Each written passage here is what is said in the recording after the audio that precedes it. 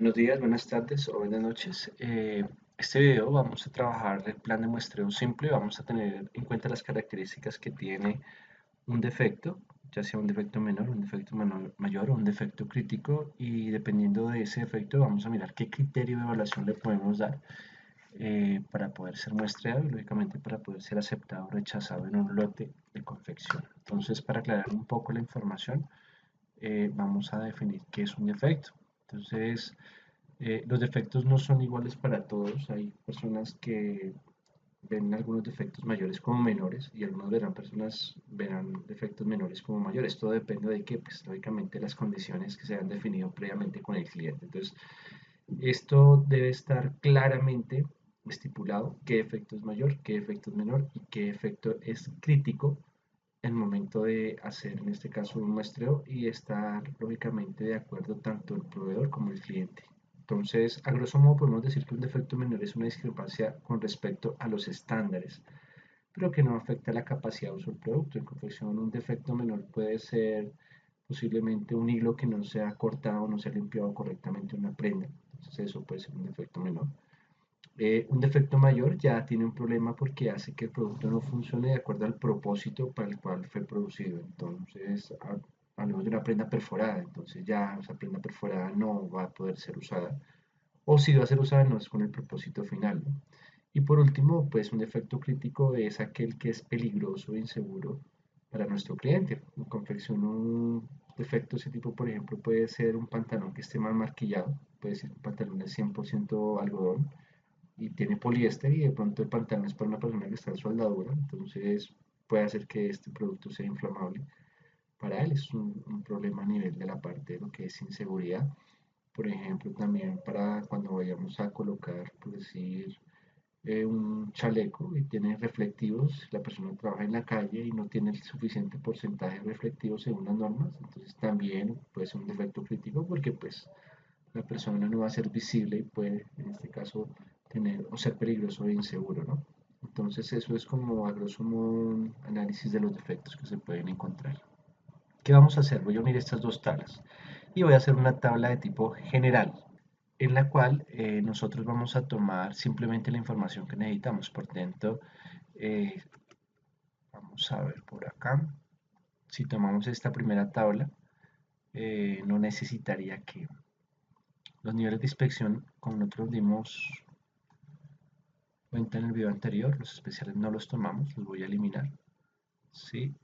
El uno tampoco lo utilizaría, entonces también eliminaría este uno y este 2 también lo eliminaría. Perfecto. Entonces, ¿qué utilizo de esta tabla? Básicamente utilizo los lotes a nivel de cantidades y utilizaría pues ya lo que es el nivel 2, ¿sí? Que es el nivel general que estamos trabajando nosotros acá. Entonces, espérame que se borre acá algo importante. Este nivel general de inspección lo voy a dejar por acá para que lo tengamos como título. Voy a cerrar estas dos. Entonces elimino esta y elimino la 3. O sea que si nos damos cuenta, aquí lo que nosotros tenemos es un nivel, pasó una moto, si no se dieron cuenta. Esto que ustedes ven acá son niveles generales de inspección 2. Entonces ya lo tenemos especificado. Voy a armar una tabla para que en confección utilice bien sea un auditor, un control de calidad, ¿sí? O ya una persona que esté directamente dentro de un puesto de muestreo en planta. Entonces la idea es hacer una tablita que nos colabore. ¿Qué nos faltaría colocar de la tabla aquí? Pues si nos damos cuenta, nos faltaría colocar pues cuánto va a ser la muestra, lógicamente, y cuál va a ser el nivel de aceptación y rechazo. Entonces tendríamos que venirnos para esta hoja y tendríamos que revisar cómo las unimos. Entonces una forma muy fácil de unirla es pues tomando estos lotes, si se dan cuenta que es A, B, C, D, E, F, G, que son las letras código, que igualmente vamos a encontrar acá.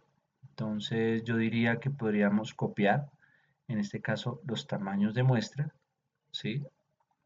Al lado de cada una que tenemos acá. Y podríamos copiar también los niveles de aceptación que necesitamos. En este caso, el nivel de aceptación que necesito es de 1.5, o sea, todo lo que va de esta línea hacia abajo, 2.5 y 4. e identificar que para el 1.5 va a ser defectos críticos, para el 2.5 defectos mayores y para el 4 defectos menores. Entonces vamos a hacer eso. Entonces vamos a hacer una pausa ahí para que me adelante primero haciéndolo. Entonces, ya revisando cómo nos está quedando pues esta tabla, podemos empezar a analizar cómo sería para poder discriminar entre errores críticos, errores mayores, errores menores. ¿Qué hice?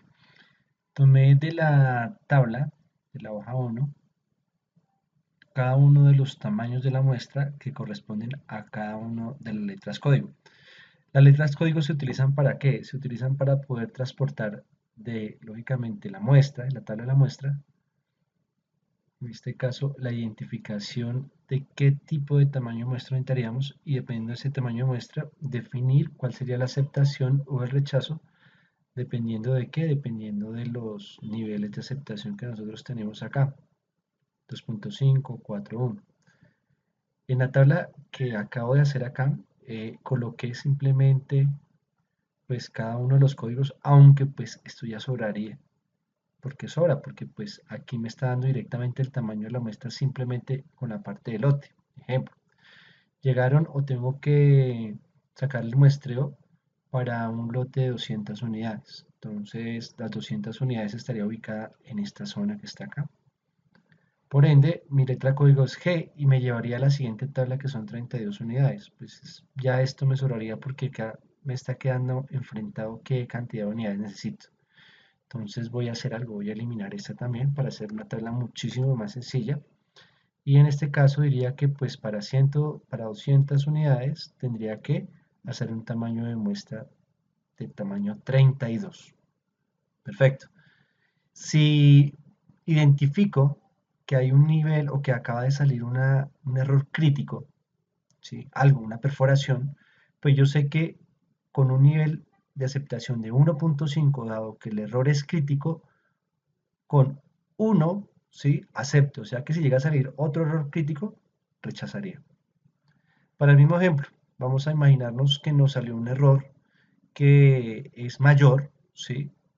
Y yo diría acá que para el caso de un error mayor, si me sale una, habría una posibilidad que saliera otra más y no se rechazara el lote.